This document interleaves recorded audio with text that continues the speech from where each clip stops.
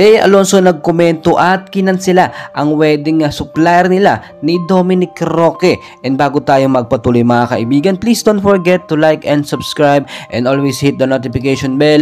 Maraming salamat po. Mainit na pinag-uusapan po ngayon sa lahat ng social media ang wedding po sana ni Dominic Roque at ni Bea Alonso. Sa kasawiang palad, hindi po ito matutuloy dahil sa kanilang problemang kinakaharap. Nagkaroon po kasi ng misunderstanding between Bea Alonso and Dominic Roque. Sa naging pahayag po nila, pinapalabas nitong si Bea Alonso na very immature pa mag-isip. Eto nga pong si Dominic Roque.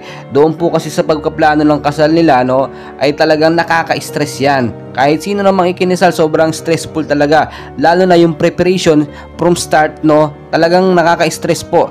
Sa pagkakataong yun, nakita naman natin na si Bea Alonso talaga gustong-gusto po niya. Nag-aayos siya ng mga plano, kumuha ng wedding planner. Pero ito naman daw si Dominic Roque ay walang ginagawang pag-aasikaso. Ganun naman daw din ang ginagawa ng mga kaibigan ni Dominic Roque. Same scenario, walang ginagawang pag-aasikaso. Kumukuha na lang ng wedding planner. Kahit po kumuha sila ng wedding planner, kinakailangan pa rin po ng suggestion ng mag-couple. Sa pagkakataong yon, eto naman si Bea Alonso, hindi rin maaasikaso, no? At ang dami din talaga niyang mga project pa na ginagawa ngayon. Yun po ang kanilang hindi na pagkasunduan. Tulad na ating sinasabi, loaded po sila sa work ngayon, no? At may mga inaayos sila na mga movies na yung 2024. So kung isasabay nila etong kanilang kasal, ay talagang kailangan nila mag-sacrifice ng ibang mga project para magkaroon sila ng oras.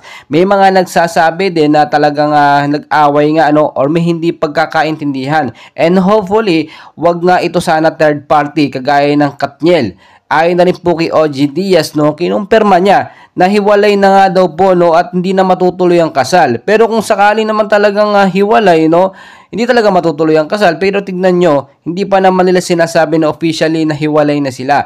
Hindi lang matutuloy ang kasal. Pero syempre, hindi pa natin talaga sure kung ito nga silang dalawa ay hiwalay na. Dahil syempre, no, okay naman yung dalawa, walang problema. Sadyang chismis lamang po ang kumakalat. Well, mga kaibigan, mamaya update ko po muli kayo. And please don't forget to like and subscribe. Maraming salamat po.